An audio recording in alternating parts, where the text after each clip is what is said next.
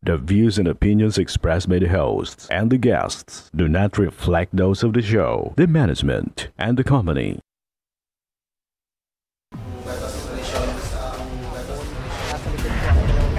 Kwento sa illegal na droga. Nagawang bypass.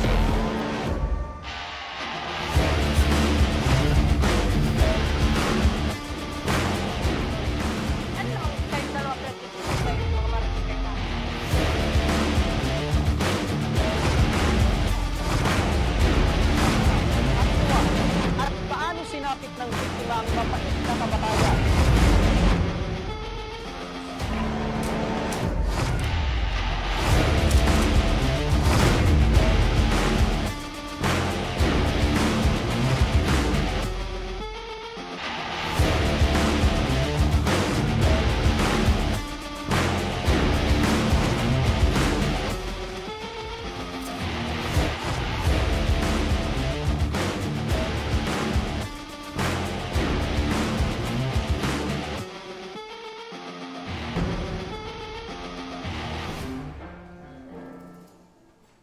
Magandang hapon sa inyo mga ka-aksyon. Live na live po tayo ngayong araw ng Miyerkules at tuloy-tuloy ang ating pagbibigay ng serbisyo publiko. Magandang hapon mga ka-aksyon. Live din tayong napapakinggan sa 90.3 Radyo Oragon Sorsogon, 88.3 sa Catanduanes, 90.7 Legazpi City. At live na rin tayong napapanood sa ating YouTube account. Umpisahan na natin ang ating tabang ora mismo. Eto mga ka-aksyon, mula Kamalig Albay, isang ina ang humihingi ng tulong mabigyan ng hustisya ang ginawang pambubugbog sa kanyang anak. Reklamo ni Nanay Rosel Orlain, inutusan lang niya ang kanyang anak na bumili sa tindahan, ngunit pagbalik umano ng kanyang anak ay bugbog sarado na ang mukha't katawan nito. Ayan, kasama natin ngayon si Nanay Rosil. Magandang hapon po sa iyo, Nanay. Magandang hapon po. Opo. Nanay, pwede niyo po bang maikwento sa amin kung paano pong nangyari na umuwi na lang po yung anak po ninyo na meron na pong mga tama, bugbog sarado na po yung kanyang katawan? Ano po talaga yung tunay na nangyari? Ano po, inutusan po kasi siya ni lola niya, ni mama, magbili ng kape tsaka asukal po sa tindahan. Tapos pag pababa daw po nila, dating may nag-iinuman na daw po doon sa kalsada. Pinagtitripan na sila. Opo. Apat po silang magkakasama. Puro po minor. Tapos po, etong anak niyo po ay lalaki? opo, ma'am. Tapos po, nung pagpauwi po nila, doon na po sila nanghamok daw po yung nagiinuman. So, dumaan lang po itong anak po ninyo? Tapos po, ang ano po talaga nila, yung pamangkin ko po, ang punteriya? Opo, tapos yung anak ko po, umawat po siya kasi pinsan po niya, hindi naman po niya matitiis na may mangyari po doon. Umawat lang po yung anak ko, tapos yun po, siya na po yung ginulpe. Yan po yung nakikita natin na ate, yan po yung anak po ninyo. Opo, ma'am. Na basag-basag po yung kanyang mukha, merong ding lumabas na dugo Opo. sa kanyang tenga. Opo, magkabilaan po. So, ibig sabihin, malakas po talaga Opo. yung pagkakabugbog dito. Opo. Etong anak po ninyo, ilang taon na yan, ate? 17 lang po. 17 years old. Opo. So, sa pagkakaalam po ninyo, eto pong anak po ninyo ay hindi naman po palaway. Hindi po, mabait po yan na bata. Lahat po, nabigla nga po yung mga matatanda po doon po sa amin kasi po napakapait daw po nga anak ni Kian, tapos ginanyan lang din po nila. Opo. Umalis lang po itong anak nyo para bumili sa tindahan. Tapos gano'n na lang po kadali yung pangyayari. Opo. Ano po yung naramdaman nyo nung nakita nyo po na pagbalik ng anak po ninyo kasi, ay gano'n na? Wala po kasi silang karapatan ganyan ng anak ko kasi bata lang po yun. May mga pangarap din po siya sa buhay niya, sa amin, sa pamilya niya, sa mga kapatid niya. Hindi naman po sa kung mas malala pa dun nangyari sa anak ko. Paano na lang po yung buhay niya, yung pangarap niya. Opo. Normal po sa isang nanay yung mag-alala ng ganyan po. So, eto pong mga nangbugbog sa anak po ninyo, Nay, nakilala niyo po ba? Po, kilala po. Yung isa nga po doon, classmate ko po nung elementary. Classmate mo? So, ibig sabihin matanda na? Po, 40 Mas plus matanda po. po ito sa anak po Opo, ninyo? yung mga nangbugbog po, lahat po mga may edad na po. sa tingin niyo po, bakit? Pero nababanggit niyo po, yung pamangkin or Yung pamangkin ko po ang ano daw po nila, yung isa pong nag-iinuman, yung pamangkin ko daw po ang punterya. opo, Ilang taon na po itong pamangkin po? 15 lang po. So, minor de edad din. Opo. Tapos, ang nagbugbog, pawang mga kaiedad nyo na po, Opo. Nay. So, ibig sabihin, masyado ng bata para sa kanila na ganun yung ginawa po nila sa anak po Opo. ninyo. Ilan po magkakasama yung anak po ninyo? Apat po Yung sila. Apat po pamangkin sila. po nyo? Yung anak ko po, yung pamangkin ko, tapos yung kapitbahay po namin na 2 bata din po, mga minor din po. So, lahat po itong apat nagtamo ng mga... Hindi po, yung anak ko lang po talagang nagulpe. Kasi po, yung nag-awat po yung anak ko doon po sa sa pinsan niya, kasi po siya po talagang punteriya. Yun po, binugbog na po siya. Tapos po, yung dalawa po, umuwi po ng bahay kasi po umingi ng tulong kila kuya na yung anak ko nga po, nandun daw po. Gaano po binugbog kalaki na. itong anak po ninyo na parang malakas ang loob niya na ipagtanggol ang kanyang... Etong pamangkin Matangkad mo lang ay po tiyuhin niya na. Hindi po, anak po yan ng kapatid ko. So, Yan po. okay. So, gaano kalaki itong anak po ninyo? Matangkad lang po talaga yung anak ko, tapos payat lang po siya. Nakausap niyo po ba itong mga suspect? Opo, po kami sa barangay. Ano daw po yung rason nila? Yun daw, yung po ang sinasabi nila, yung hindi naman daw talaga po yung anak kong nila, yung pamangkin ko daw po. So, may Tapos, galit sila doon sa pamangkin mo? Opo. Bakit daw po? Hindi ko po alam sa kanila. Tapos, yung mga bata po, dumaan lang po doon. Ang sabi po nila, yung iniinitan po yung pamangkin ko. Ang sabi po nung pamangkin ko, syempre, bata, parang lang, sabi ng pamangkin ko sa kanila, yung alak ilagay sa tiyan, wag sa ulo, dun, lalo daw pong nagalit. So, tama naman. Opo. Tama naman yung binanggit ng mga kabataan, ng anak po Opo. ninyo na ang alak ay sa tiyan at Yung hindi sa pamangkin ulo. ko Ay, po yung ang pamangkin nagsabi. nagsabi. Nakausap mo ba itong dating classmate mo? Hindi po, wala po silang imik dun sa barangay. Nung una po, po sila ng pasensya na daw po, kung pwede daw aregluhin dun sa Anong klaseng areglo daw ang binabanggit nito? Hindi ko po alam sa kanila, basta yung pang sabi sa kanila. Tapos nung pagharap ko po sa kanila, pangalawang harap namin, sabi ko po, kailangan ko pasitiskan yung anak ko. Tapos sabi ko po, kailangan ko ng malaking halaga. Tapos ang sabi po nung yung tatlong ng bubog, magbibigay daw sila kung iurong ko daw po yung kaso. Yun, so parang challenge ka pa. Opo. Na kumbaga, okay, magbibigay kami Opo. kung iurong ang Kung kaso. iurong daw po. Pero ano po yung decision po ninyo? Tuloy po yung kaso kasi gusto ko po mabigyan talaga yung justisya yung nangyari sa anak ko. Tapos, gusto ko po silang bigyan ng leksyon kasi kung hindi po ako magbibigay sa kanilang leksyon, baka po gawin nila ulit sa pamangkin ko, sa ibang mga bata. So, ang gusto niyo po ngayon, tulungan po kayo sa pagpapagamot, pero hindi naman po kayo magpapaareglo. Di po. Okay. Ayan. Sa ngayon, ma'am, kamusta na po itong anak po ninyo? Nandun po siya ngayon sa BR, po siyang CT scan. So, matapos itong mangyari na nabugbog na itong anak mo, ay naisugod nyo agad ito sa ospital? Sa doon lang po sa center, sa RHU. Ano daw sabi ng doktor regarding sa tama niya, ma'am? Yun lang po sa may medical legal naman po. Yun lang po, wala namang sabi yung doktor. Ang sabi po doon, may reseta lang po sa kanya, antibiotic. Yun lang po. Tapos nung ilang araw po, naghingi po ako ng request sa kanya for CT scan po kasi may lumabas po kasing dugo sa tenga niya. May lumabas? Opo. Ay, isang araw matapos itong mangyari? 2 days po pagkatapos 2 araw?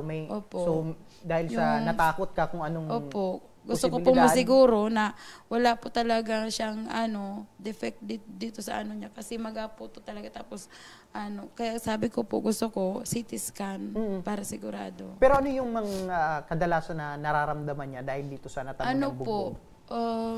Yung ilong po daw niya, nung nabubog siya itong part na to, na po daw yun, na-dislocate, tapos binalik niya, nag-crack nga daw po, tapos nagsingay siya, pag singay niya may mga dugo, tapos sumasakit daw po dito niya. Sa likod ng ulo? Opo. So, delikado talaga. Opo. So, kailangan talaga Opo. CT scan po itong Opo. anak po ninyo. Linawin ko lang, mama, yung nambugbog po dito sa anak po ninyo ay 7. 7 po, kaso ang humaharap po, 3 lang. Tatlo yung humaharap sa barangay na... Opo. Okay. Ano yung hindi nyo napagkasunduan dun sa loob ng barangay? Ano po, gusto po nila ayusin dun sa barangay, areglo po. Pero ayoko po talaga dun. Kasi decidido po talaga ako magsampa ng kaso sa kanila. Gusto ko po, mabigyan sila ng leksyon. At aminado naman sila sa kanilang nagawa. Opo, aminado po sila. Sinabi po nila dun sa barangay na binugbog nila yung anak ko. Aminado po sila sa ginawa nila. Pero matanong ko lang, saan po ito nangyari, ma'am? So, yung pambubugbog? Doon po sa sa barangay namin, doon po sa Kabangan, sa Purok Size. So, nagiinuman lang po ito sa gilid ng kalsada or Opo, sa isang bahay? Nagiinuman po sila sa gilid ng kalsada.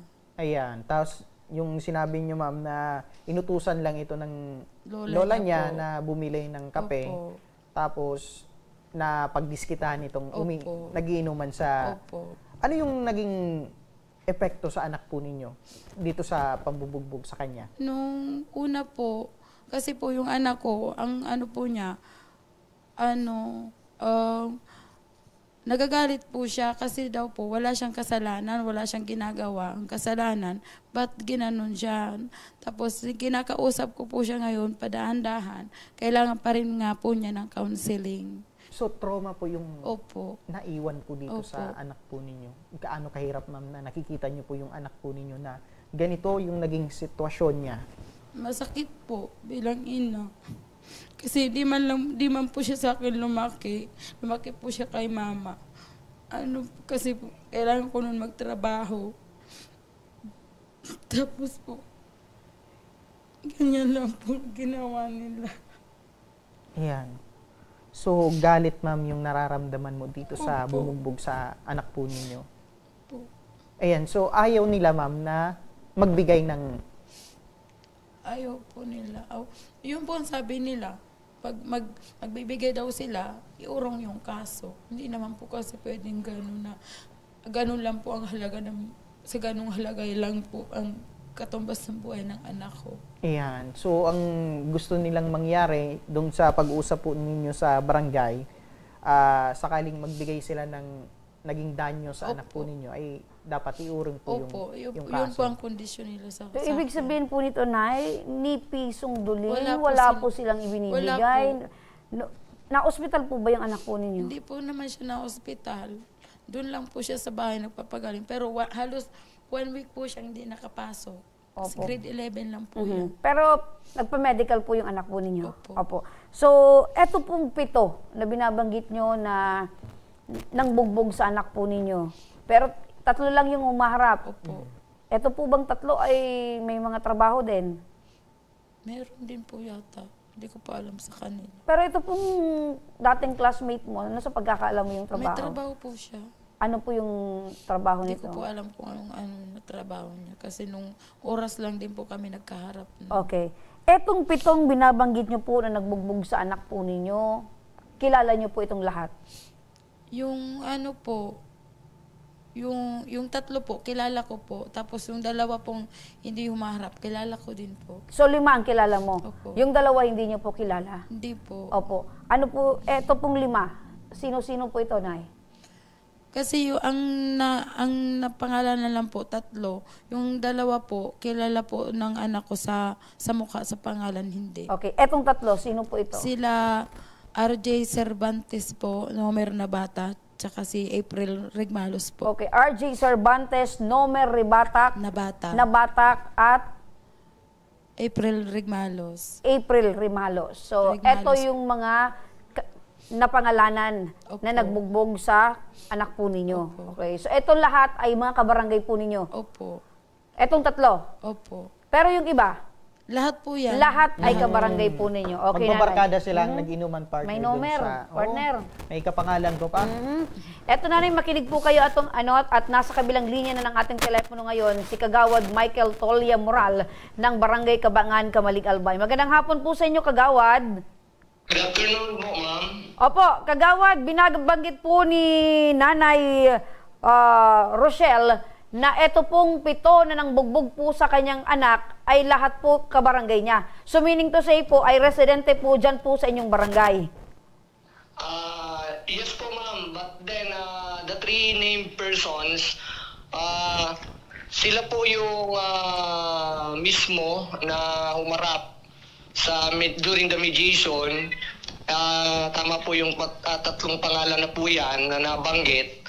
So, yan po, minado po kami na lahat po yan residente namin. Okay. So, Kagawad, eto pong 3 na pangalanan, eto lang po yung 3 humarap. How about eto pong 4 pa na hindi po na pangalanan pero kumpirmado pong residente po dyan sa inyong barangay? Ano po yung plano nyo po dito sa 4? Actually, 3 named person po, ma'am,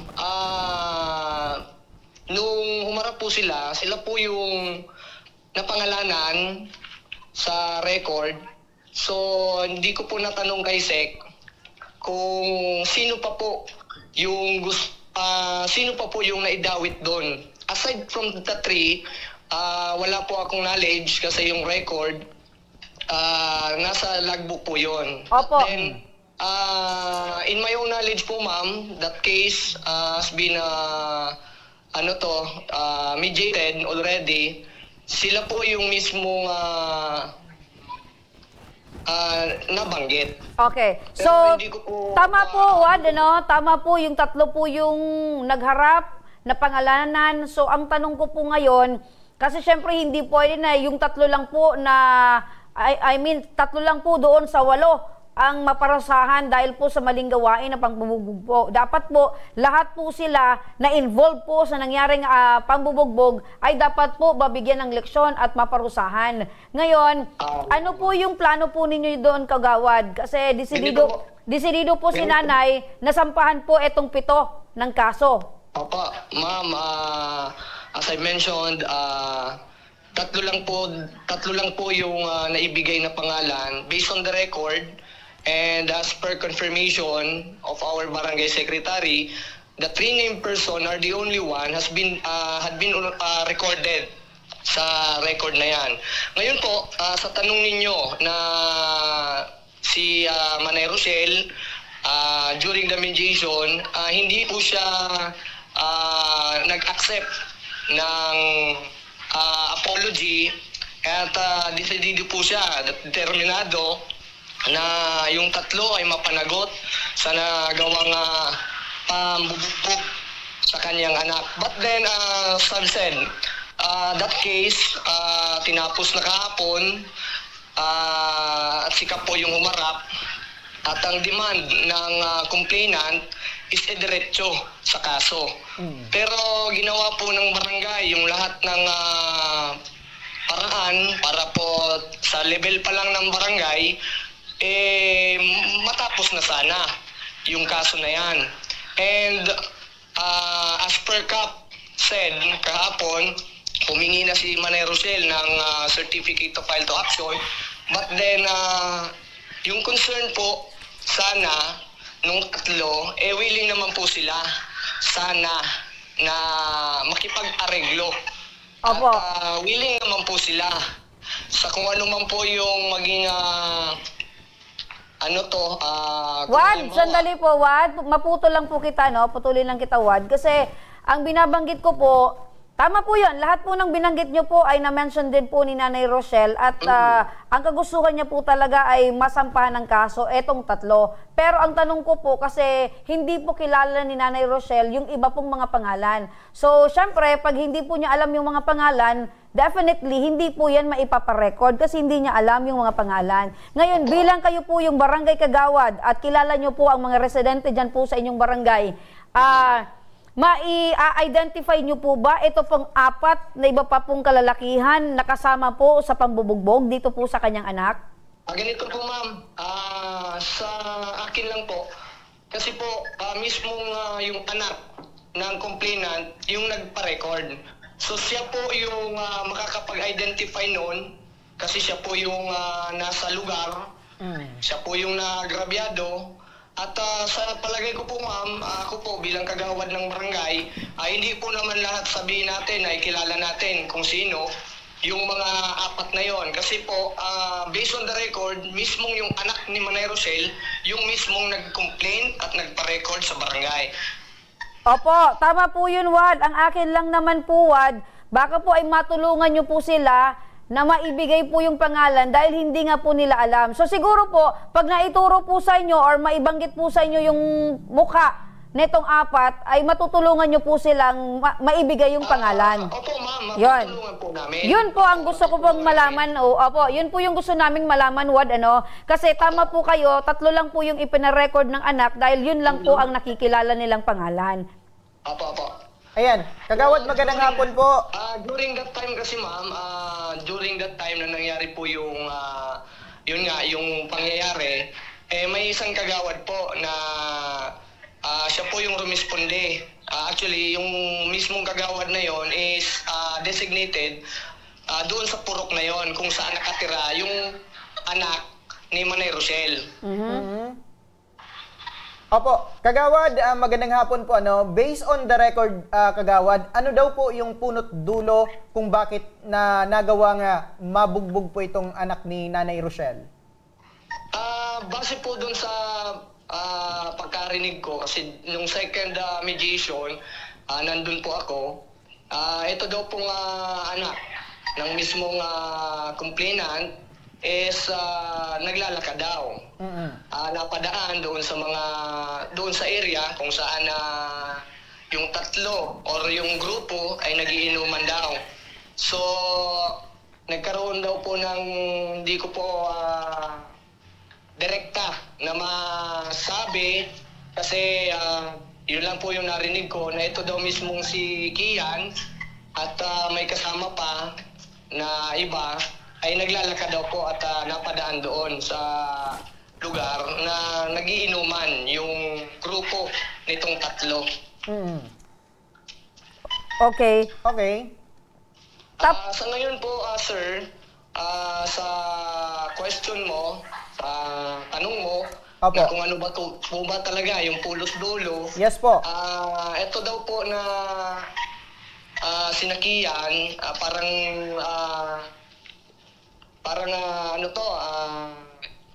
tinawag nung mga grupo. Parang ganon yung nangyari.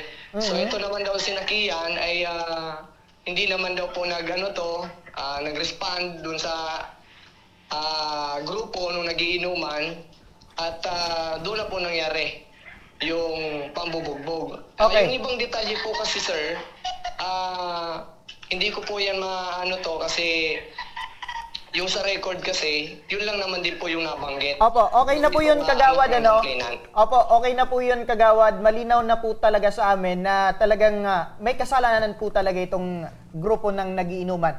At dyan... sir, aminado naman po sila sa nagawa nila.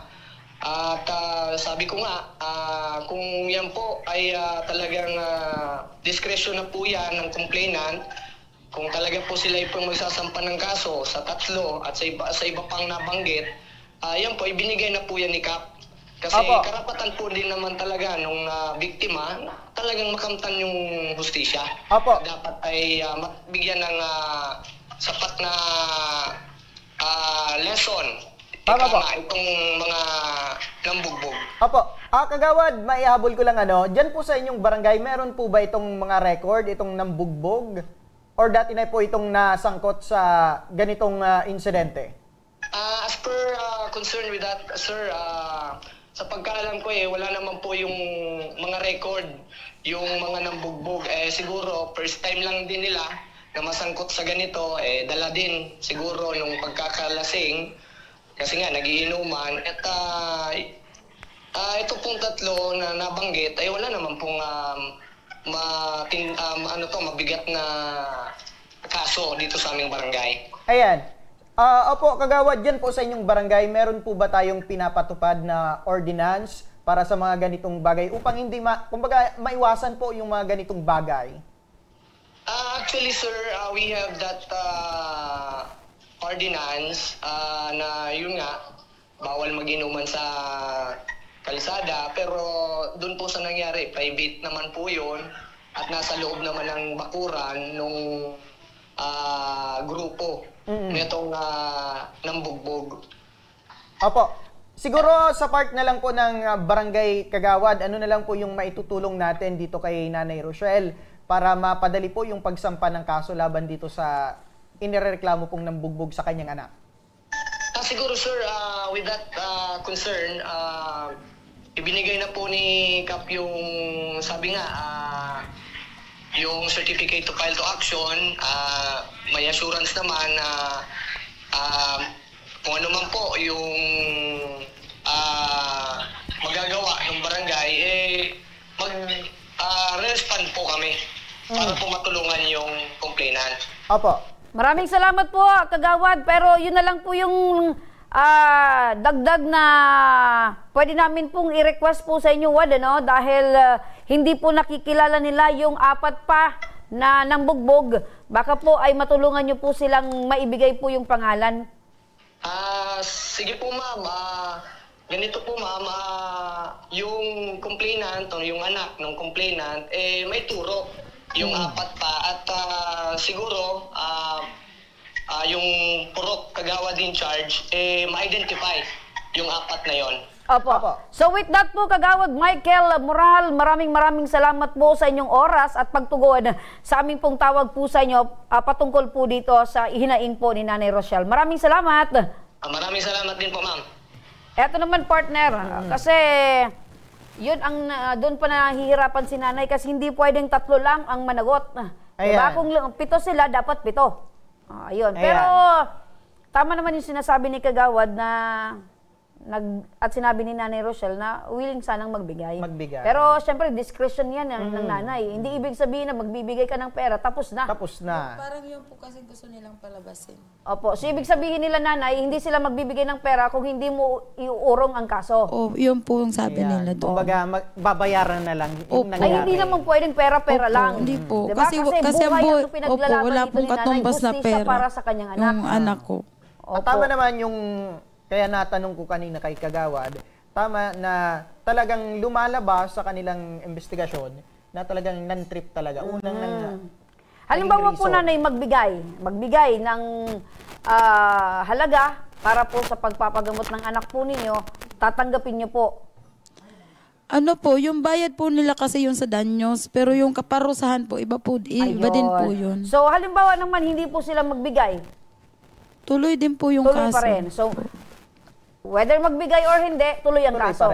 Opo. So, yun ang gusto nating malaman, nanay, ano? Kasi hindi ibig sabihin na pera ang hinahabol mo ngayon. Di po kung pera. di hustisya sa nangyari po sa anak ninyo. At dahil dyan, nanay, makinig po kayo dahil para sa legal na aksyon, dahil talagang tutuluyan mo ito, di ba? Tutuluyan mong kakasuhan itong mga nangbugbog sa anak mo. Nasa kabilang linya na ng ating telepono, si Police Staff Sergeant Chona Jelua, ang investigator ng Women's and Children's Protection Desk ng Kamalig Municipal Police Station. Magandang hapon po, Sargento. Magandang hapon po, ma'am. Opo. Sargento, dito po sa sitwasyon na nabugbog po yung anak ni nanay, ang gusto po ng mga suspect ay magbibigay po sila ng danyos o anumang halagang pagpapagamot, provided na hindi na daw po itutuloy ni nanay ang kaso. May karapatan po ba na tumanggi si Nanay Rochelle sa suspect sa demand po nito na ganun po yung magiging setup? Ay, opo ma'am, may karapatan pong tumanggi ang ina ng bata sa ganong klaseng demand po ng nirereklamo. Opo, pero baliktarin naman po natin, Sargento, pwede po ba na umayaw na magbigay po ang mga suspect na magbigay ng danyos perwissos, mga medical na pangangailangan po ng biktima dahil po hindi daw po iuurong ni nanay ito pong kanyang reklamo patungkol po sa nangyari sa kanyang anak? Opo ma'am, karapatan din naman po yun ng mga nirereklamo po. Okay, so ibig sabihin, desisyon nila na magbigay o hindi, pero ang pinaka-importante po, yung magiging desisyon ni Nanay Rochelle na ituloy po yung kaso. Opo, ma'am. Opo. Sa ganitong sitwasyon po, Sargento, maaari na po ba itong iproseso sa pagsasampa po ng formal na kaso dahil hindi po sila nagkasundo sa barangay, matapos po yung 3 pagpapatawag at meron na pong hawak na certificate to file action si Nanay Rochelle?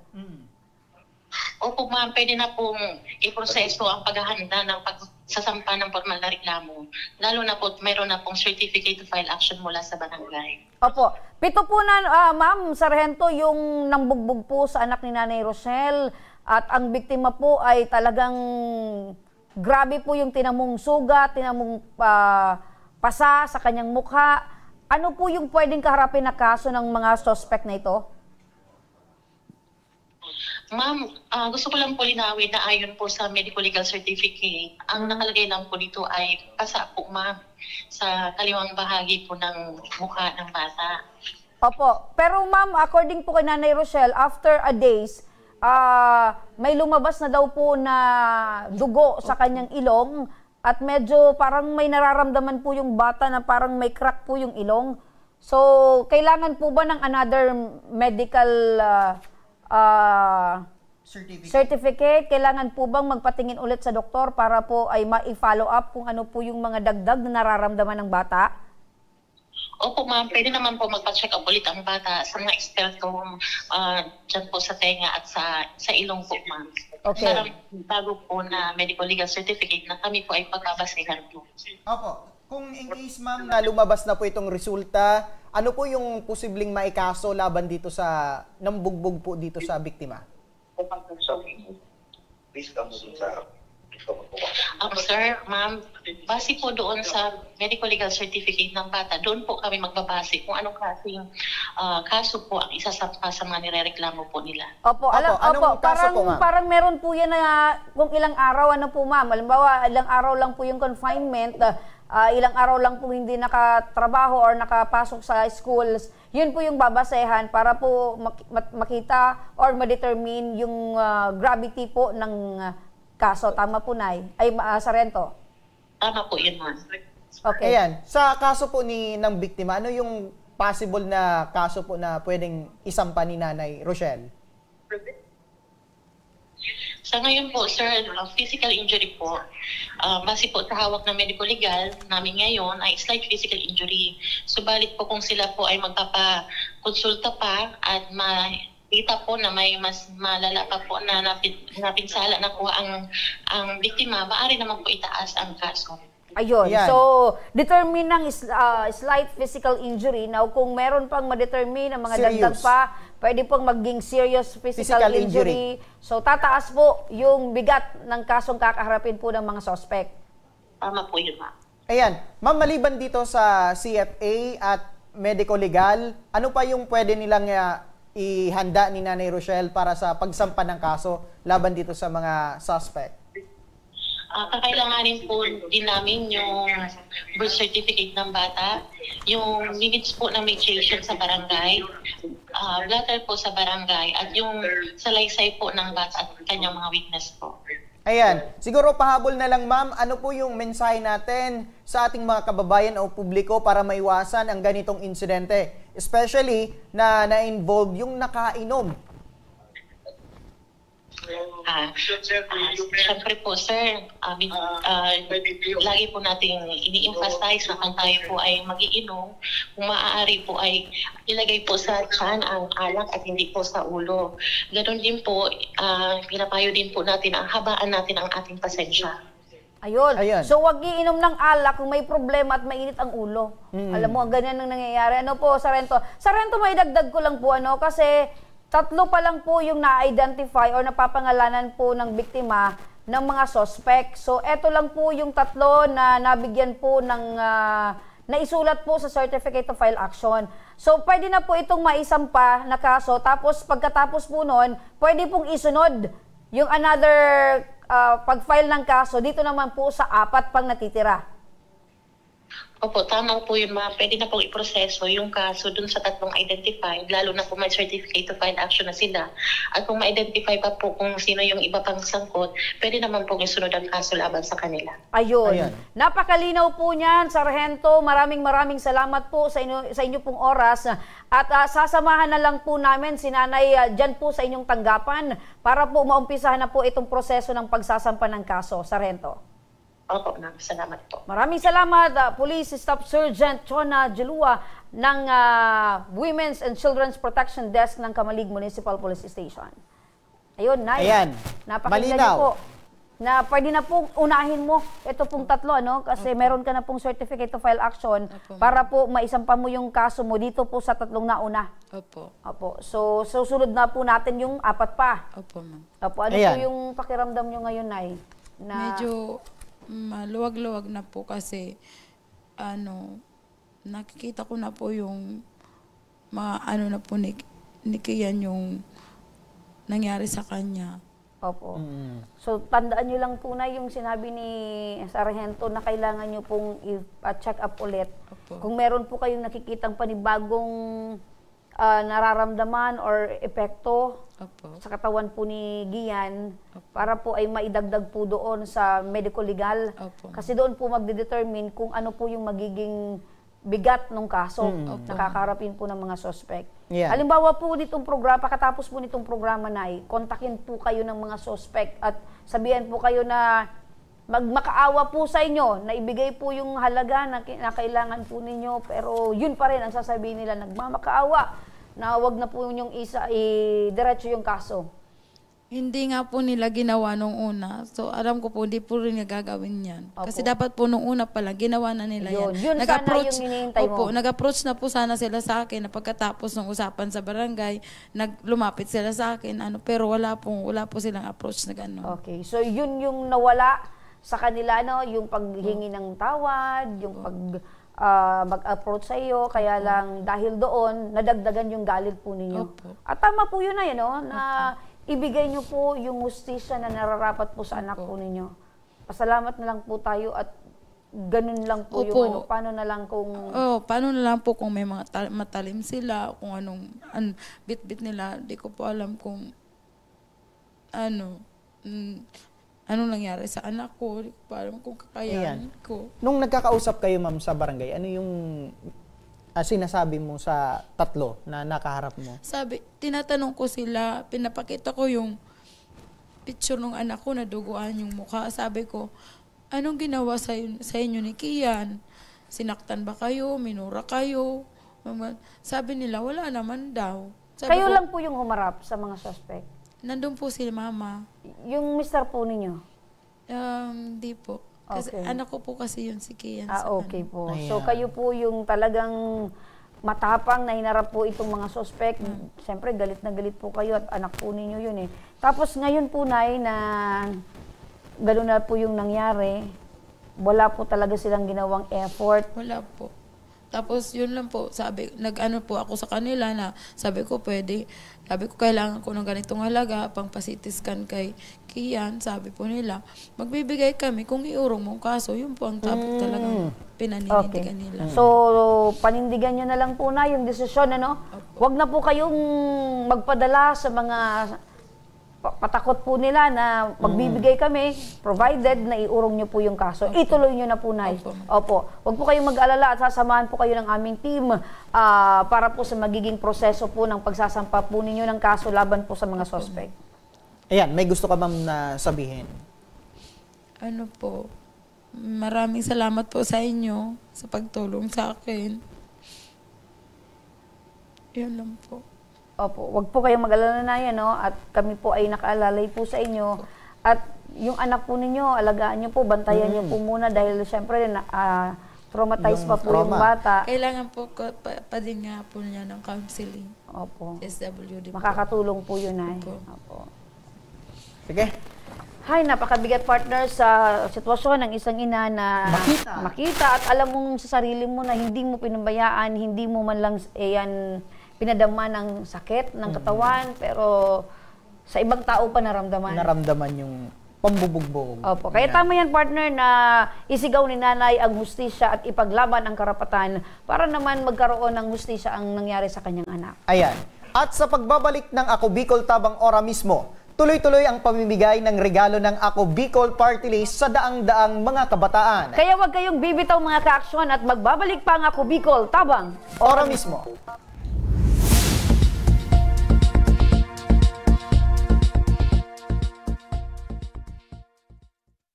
Daan-daan na po ang mga nakapagtapos at may mga kanya-kanya ng propesyon. Sa kanilang pagpupunyagi, walang masidlan ang kanilang mga ngiti. Yun at sa Gabos, nagpapasalamat po ako sa AKB. Gusto ko lang po magpasalamat sa Ako Bicol sa opportunity na tigtatao po araw po sa kuya na estudyante. Dahil naandyan lang, katuwang lagi, Ako Bicol, katabang na, kasurug pa. Hindi rin nagpahuli sa pagtugon sa mga pangailangan ng ating mga healthcare workers at mga frontliners. Sa simula pa lang nitong pandemya, hanggang sa ngayon, walang humpayang pagtulong. Ay, nagpapasalamat po ako sa pagtaon ng tabang hali sa Ako Bicol Party List. Papasalamat kong dakula sa duwang congressman. Kayo nakakatabang sa mga sa gabi. Maaasahan, Ako Bicol, katabang na, kasurug pa. Tucked away in the province of Albay, known for its perfectly shaped Mayon volcano, Misibis Bay Resort, a locally owned 5-hectare private island resort. The resort is ready for all those looking to balance tranquility and adventure. This tropical destination is where guests can either choose to relax under the palm trees or have an adventure under the sun.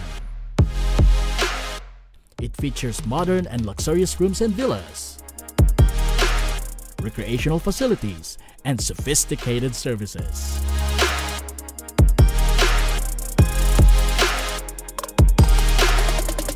Come and experience Misibis Bay Resort, your tropical island getaway.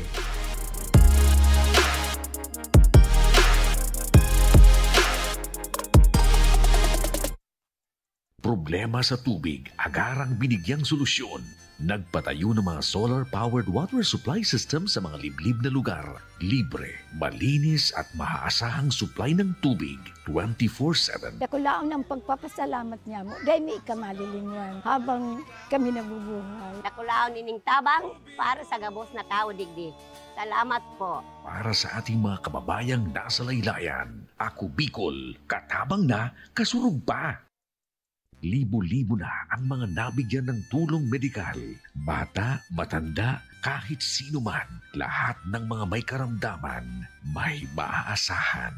Nagpapasalamat sa Ako Bicol Party List. Hindi po namin makakalimutan ang tulong na dinala ninyo dito sa aming bayan. Maraming salamat po. Dahil iisa lang ang tunay na nagmamalasakit, Ako Bicol, katabang na, kasurug pa. Sa bawat sulok ng Pilipinas, sa kabundukan, sa tabing dagat, at sa mga liblib na barangay, naroon ang Ako Bicol Party List. Kasama mo, kakampi mo, kasurog mo sa laban para sa mas maginhawang buhay. Mula noon hanggang ngayon, tuloy-tuloy ang serbisyong may puso, mga programang hindi lang proyekto, kundi tunay na kwento ng pag-asa, palasakit at pagmamahal sa kapwa. Sa bawat medical at dental mission, daan-daang pamilya ang nakatanggap ng libreng konsultasyon, gamot at ngiti, katuwang mga volunteer doctors, dentists at partners na may pusong maglingkod. Sa bawat wheelchair na ating naipamahagi, may isang buhay na muling nabigyan ng pag-asa at pagkakataong muling makagalaw tungo sa panibagong bukas. Sa kabuhayan at edukasyon, patuloy tayong nagbubukas ng pintuan ng oportunidad mula sa scholarship programs para sa mga kabataang nangangarap hanggang sa Padyak Asenso at iba pang livelihood projects para sa masisipag nating kababayan. At maging sa oras ng sakuna, isa kami sa mga unang rumiresponde sa gitna ng ulan, baha o unos. Naroon ang Ako Bicol, agad na kumikilos para maghatid ng relief operations at kalingang may puso.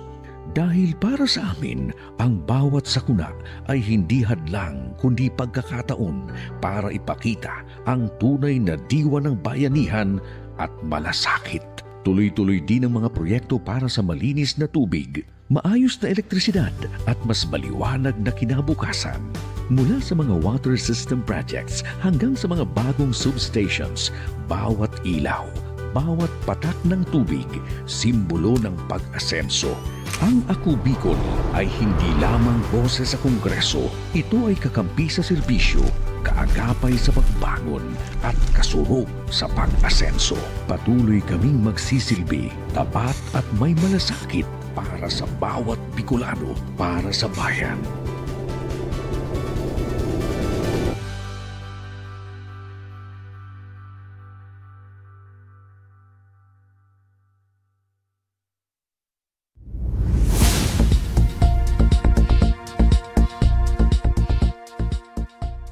Nagbabalik ang Ako Bicol Tabang.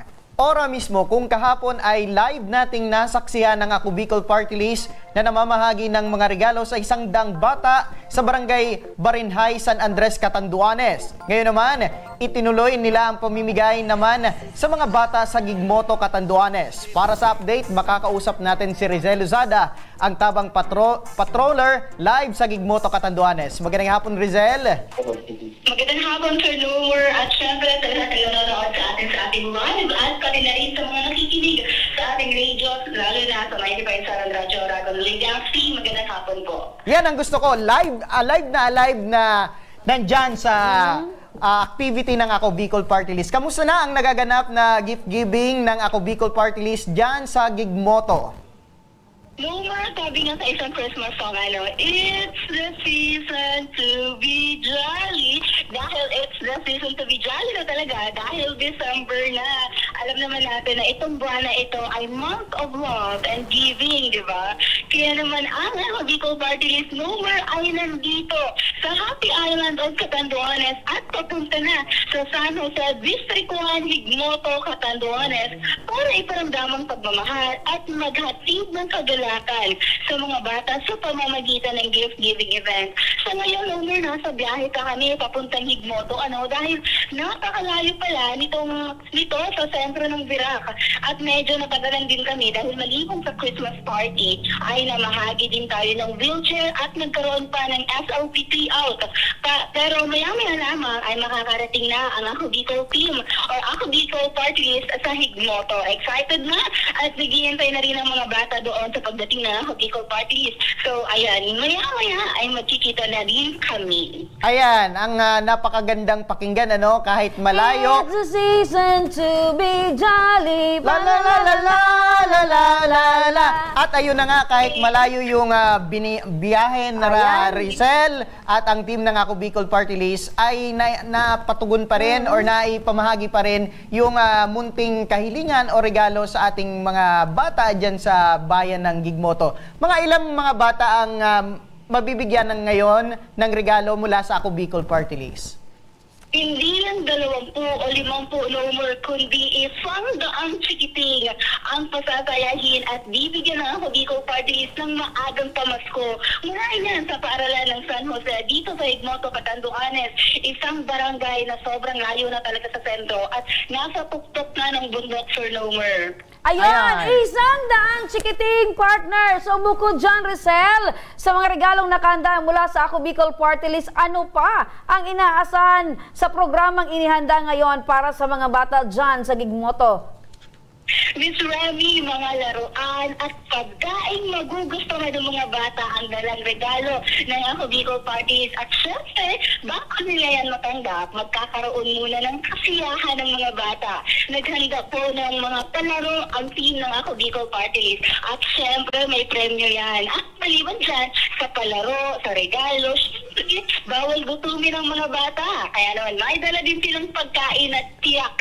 Magugustuhan at mabubusog sila. At maliban sa regalo, Miss Remy, may dala din silang 2 karton ng sabon na ipapamahagi sa mga bata mula iyan sa ating that clean the world. Ayun! So, sayang, hindi nyo kami sinama ni Nomer. Makikipaglaro din sana kami sa mga bata dyan sa Gigmoto. May mga palaro sana akong nakahanda para sa mga bata. Anong palaro yan, partner? Pepe Pore. Ngay, bagong-bago yan, Bagong-bago yan, naman, partner. Meron din ako. Ano? Pahawaan. Ako Bicol Party List. Ayun. Yung diba? Kung sino yung pinakamahaba, yun yung panalo. Hindi, mali. Yung pinakamaiksi. Maiksi? Bakit? May twist. Binago na pala. Correct! So, Ano pa yung mga dagdag mong impormasyon, Rizal, na patungkol sa kaganapan dyan sa Gigmoto, Catanduanes? Alam mo, Ms. Rami, ito palang gift-giving ng Ako Bicol, i-highlight ko lang, ay taon-taon pala itong ginagawa ng Ako Bicol Party List. Meaning, hindi lang dito sa Catanduanes, kundi pati sa 5 pang probinsya ng Bicol. At actually, susunod dito sa Catanduanes ay ang Masbate, if tama ako.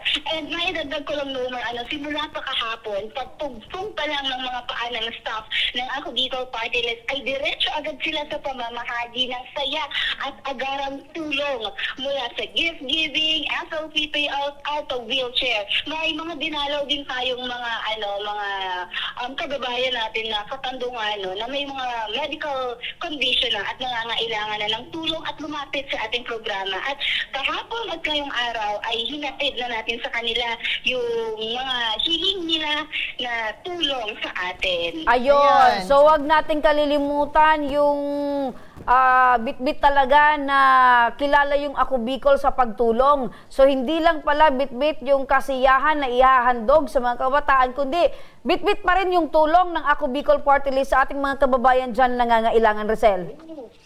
Yes, Ms. Rami. Alam mo, sabi nga ni Ms. Mel, kahit gaano man or ano man ang sabihin sa party list, ang party list or ang Ako Bicol Party List, walang kalya, hindi naiiwan at hindi nagpapahuli sa mga pagbibigay ng tulong. Lalo na kapag may bagyo, di ba, naalala natin, nung nakaraan ay tinamaan din ng Catanduanes ang bagyo. And syempre, agad tayo nagpadating ng tulong o relief operation, nagsagawa ng relief operation. Kaya naman ang Ako Bicol talaga ay palagi nandyan, katabang na, kasurog ka. Ayun! So hindi magpapatinag ang Ako Bicol Party List, anuman partner ang hamon ng buhay, anuman yung kalamidad man yan o ano pa man na problema, ang Ako Bicol Party List tuloy lang ang laban. At sakto nga yung pagbibigay ng tulong, itong munting regalo sa mga katanduanan, itong mga bata, kasi sila yung labis na naapektuhan ng mga nagdaang bagyo. Correct. At para dyan sa Gigmoto, Catanduanes, we wish you a Merry Christmas. We wish you a Merry Christmas and a Happy New Year. Maraming salamat, Rizal Lozada, ang Tabang Patroller live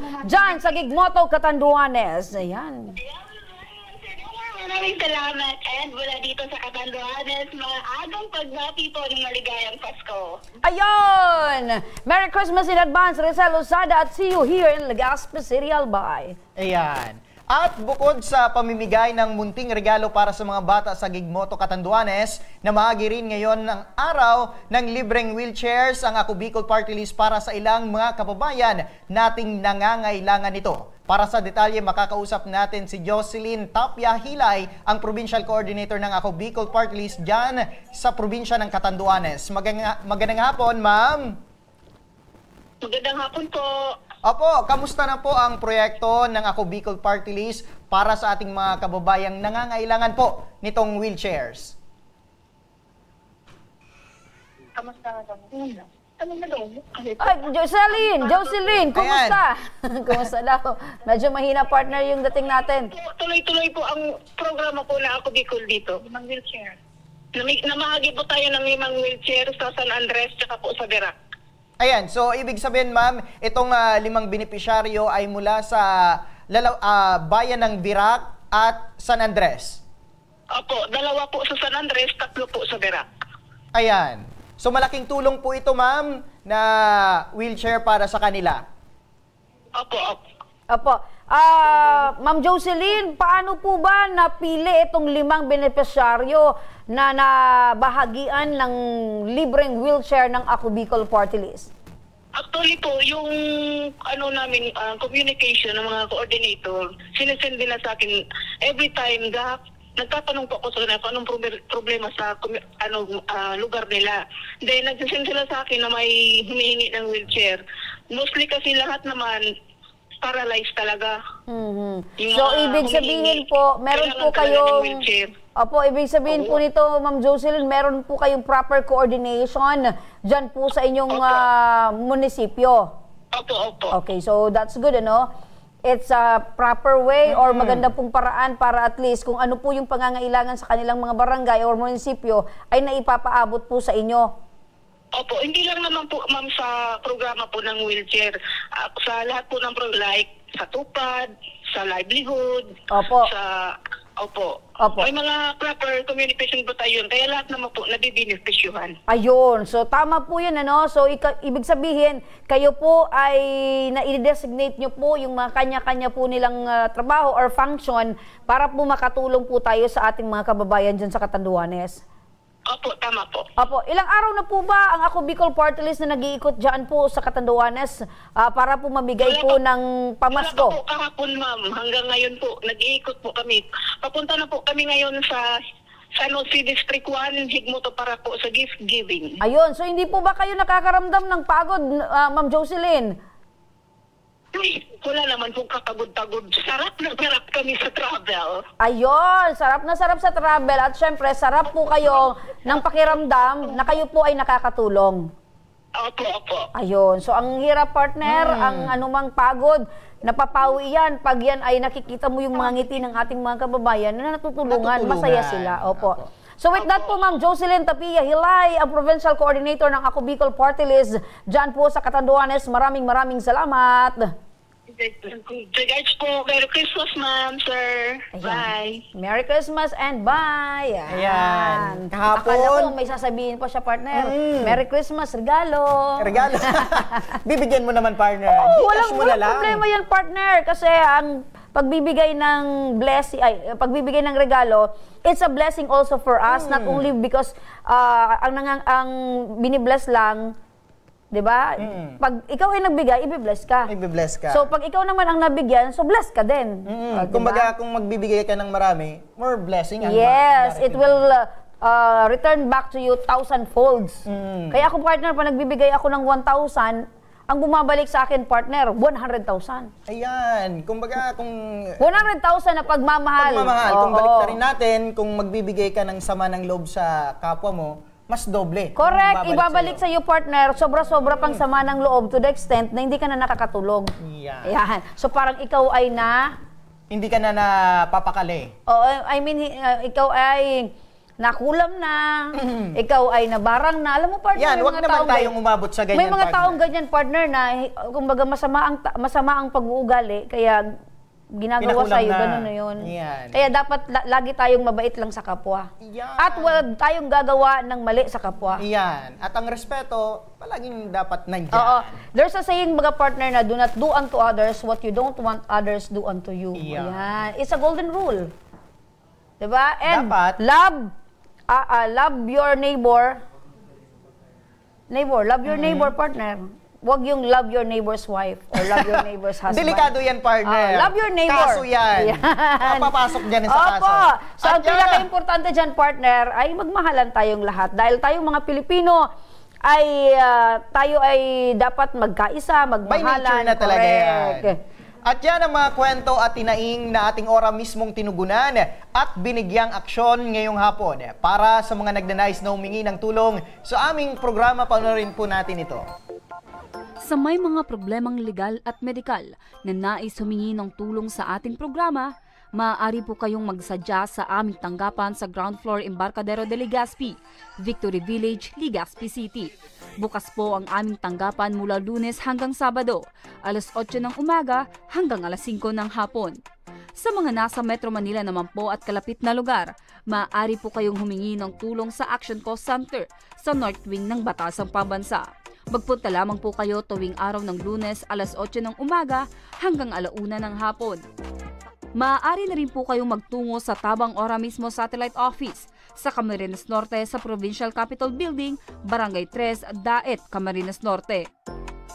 At para naman sa mga taga Camarines Sur, maaari na rin kayong dumulog sa Zone 2, Tagungtong, Goa, Camarines Sur. Bukas po ang aming tanggapan mula Lunes hanggang Biyernes, alas 8 ng umaga hanggang alas 4 ng hapon. Maaari din kayo magpadala ng mensahe sa aming official Facebook page na Tabang Ora mismo. Kahit anong reklamo ay amin pong tinatanggap. Huwag niyo rin pong kalimutang i-follow ang aming mga official social media account sa aming Facebook account, YouTube at TikTok account, Tabang Ora mismo. Action ko patuloy na magsisilbi. Action ko sa mga nangangailangan. Ayan, partner! 15 araw na lang at Pasko na! Yan! Palapit na partner ang Pasko. Ayan, kaya pala palamig ng palamig ang nararamdaman ko ngayon. Malamig ang simoy ng hangin. Ayan, talagang nagpa-practice na ang aking partner sa darating na Alam mo ba, Christmas partner, party. ako ay isang member ng Albay Media Pastores. Yan. Abangan mo yan, partner. Ayan, abangan ko yan. Pupunta kami sa bahay ninyo. Ihanda mo ng sobre. Nakalista pala yung bahay po namin. Yes! Syempre, Grabe. partner, dahil ikaw ay malapit sa aking puso, Yan. kaya hindi pwede na hindi namin mapuntahan ang bahay mo para kami ay magkaroling. Ayan, ang ibibigay ko, salad. Saladong bahay. Yeah. Okay na yan, partner. At least gutom kami sa pagkanta. Pagdating namin sa inyo, kakain na lang. Salad. Saladong bahay.